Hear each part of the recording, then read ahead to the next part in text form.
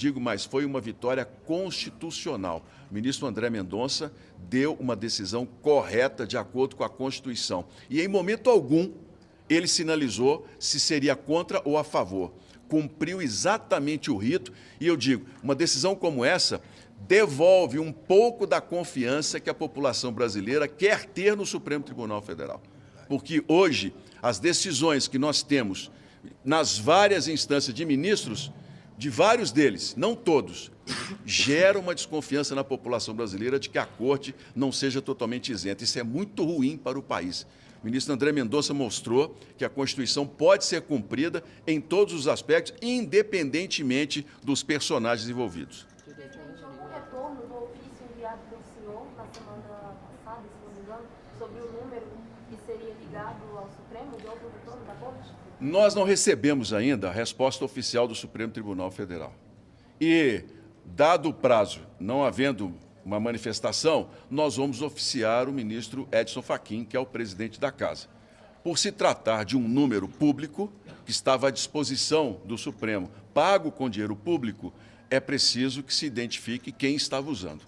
Essa é uma questão que a CPMI vai receber e que nós podemos manter, inclusive, dentro das atribuições, porque é nosso direito questionar e investigar, e mais tarde essa informação pode ser usada ou não no relatório, dependendo das ligações que nós encontrarmos entre Daniel Vorcaro, os descontos do INSS e a participação de políticos ou de entes do Judiciário. Senador, como é que ficam agora os documentos de Daniel Vorcaro que estavam aqui na sala COF? Hoje, eu oficiei ao ministro André Mendonça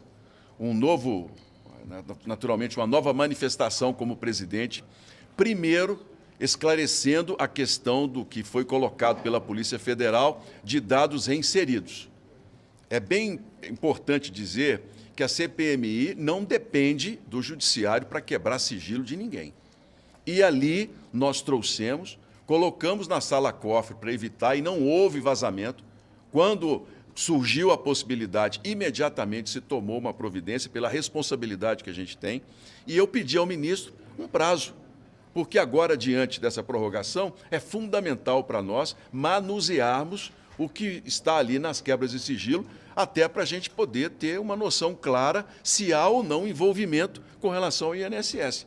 Porque nós estamos trabalhando, gente, com hipóteses. Hipóteses são linhas de investigação. Nós só podemos dizer se há envolvimento, se há culpa ou não em determinada área, quando nós temos documentos. E eu falo com clareza, eu não posso dizer que determinada pessoa seja culpada ou inocente. Por quê?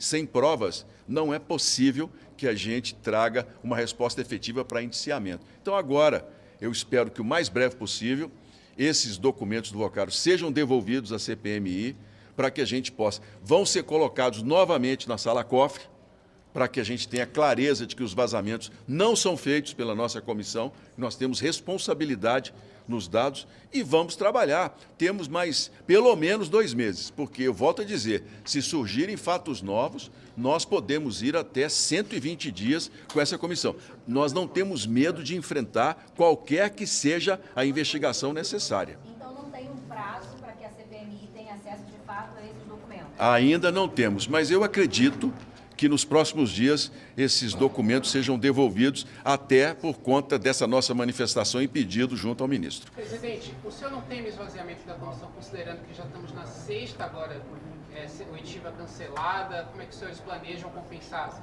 essa questão? Nós estamos tendo os cancelamentos de uma forma normal.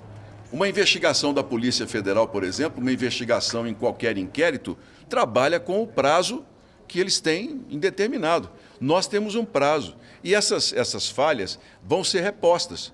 Eu volto a digo para vocês, nós vamos trabalhar agora buscando testemunhas, pessoas que participaram, assistiram, tiveram alguma informação e que não são investigadas.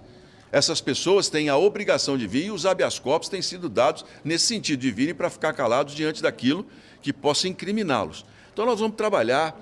Agora, eu e o relator vamos sentar e, naturalmente, vamos redesenhar.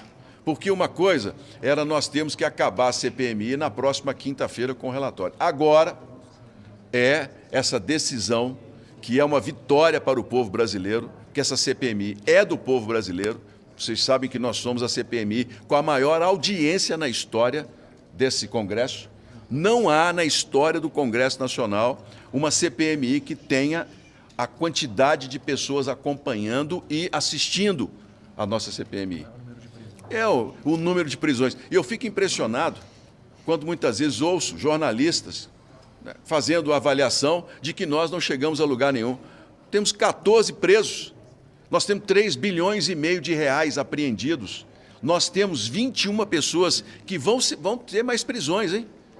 Escutem o que eu estou falando para vocês. Nós vamos ter novas fases de operações e mais prisões que virão daqui para frente, porque o trabalho de investigação da Polícia Federal, ele é mais lento do que o nosso. Nós estamos à frente da Polícia Federal em várias áreas da investigação e da quebra de sigilo. Outras prisões virão. Então, nossa CPMI é uma CPMI que já deu respostas ao povo brasileiro, e muitas. Hoje ninguém desconta de aposentado mais sem aposentado saber. Foi por benesse de presidente de governo? Não foi não, gente. Foi porque nós demos transparência a esse escândalo. Nós não aceitamos colocar debaixo do tapete essa sujeira. Nós enfrentamos e estamos enfrentando a fase mais difícil da CPMI. Mas nós vamos trabalhar, porque essa investigação vai dar respostas ao Brasil. Escutem o que eu estou falando. Nós temos um grupo aqui de parlamentares que estão compromissados com a verdade. E não adianta querer desqualificar a mim, desqualificar o relator, desqualificar as provas. Não vai resolver, porque esse escândalo é muito maior do que essa tentativa. E nós não podemos simplesmente agir de outra maneira, senão investigar com muita firmeza e com muita coragem. Senador, por gentileza, o senhor chegou a falar com o presidente Davi já? Como é que vai ser esse trâmite depois da decisão do ministro? Vai ser lido no plenário? Como é que está isso? Olha, a decisão do ministro André Mendonça determina que a leitura tem que ser feita em 48 horas. E, sendo lida, a decisão de prorrogação é da minoria. Então, a minoria é quem dirá. O nosso requerimento já fala em 120 dias. Então, esse prazo já está estipulado. Eu busquei toda e qualquer forma de diálogo com o presidente do Senado. Me coloquei à disposição, busquei trabalhar em conjunto, coloquei a necessidade de nós prorrogarmos por conta dos atrasos, das blindagens que nós tivemos de requerimentos que nos impediram de investigar pessoas que estão no núcleo de todo esse escândalo, mas, infelizmente, não obtive qualquer resposta. Então, agora, nós vamos agir com a independência que a comissão me permite como presidente e a nós como parlamentares. Nós vamos seguir o nosso calendário. A hora do diálogo efetivo sobre prorrogação ou não já passou. Agora é a determinação que tem que ser cumprida dentro daquilo que nós propusemos desde o início. Senador, o senhor falou em mudança de posicionamento em relação aos habeas corpus, né? Sim. Tem mais pelo menos 60 dias pela frente. O que vocês pretendem fazer para que o trabalho seja mais efetivo mesmo, né? Porque se as pessoas não estão vindo, o que a gente sente é que não está andando. Olha, nós já andamos muito. Nós temos aqui praticamente 4 meses de muito trabalho. O relator, nós estamos conversando hoje sobre a questão dos indiciamentos. Vocês vão ter uma surpresa no trabalho que essa comissão fez em relação a isso. Agora, nós chegamos ao ponto mais difícil do nosso trabalho, que é o envolvimento de parlamentares, é o envolvimento de membros do judiciário, é o envolvimento de pessoas milionárias que têm grandes advogados e amizades nesse país. São decisões do Supremo que, infelizmente, nessa questão dos investigados, vão contra a nossa posição. Agora, eu falo para vocês com muita tranquilidade, se a CPMI terminasse quinta-feira, nós teríamos cumprido com a nossa obrigação. Porque o principal relatório é o povo saber o que nós fizemos aqui. Pergunte a qualquer aposentado no Brasil, nas praças onde eles ficam, no dia a dia, trabalhando. Pergunte a um aposentado de Maceió, a um aposentado de Roraima, de Belo Horizonte, do Rio de Janeiro, de Brasília, de Rondônia, de Porto Alegre. Pergunte aos aposentados. Você sabe o trabalho da CPMI? Vocês vão observar que o relatório está na mesa do povo brasileiro. Esse era o nosso objetivo e essa é a nossa obrigação. Aqui ninguém escondeu nada de ninguém. e vamos continuar trabalhando. Então, nesses 60 dias, nós vamos aproveitar para a gente poder tentar trazer quem não veio e faz parte do escândalo, trazer pessoas que possam contribuir e servidores públicos que ainda têm muitas declarações a dar. O senhor citaria alguém? Daria algum exemplo específico? De quê? Dessas pessoas que vocês pretendem trazer nesse... O ministro da Previdência, por exemplo, Volney Queiroz. É um nome importante a vir e dar depoimento. O presidente do Dataprev hoje, que se sentiu mal, e foi Rodrigo Assunção, também é um nome. As instituições financeiras, nós não podemos esquecer que nós temos os bancos que estão sendo ouvidos e que só veio um até agora. Nós temos ali pelo menos 10 que estão entre os bancos mais reclamados do Brasil em termos de descontos irregulares. E nunca vi um setor tão protegido no Brasil. Né? É hora de trazê-los aqui para que a gente possa ouvi-los e criar uma legislação própria.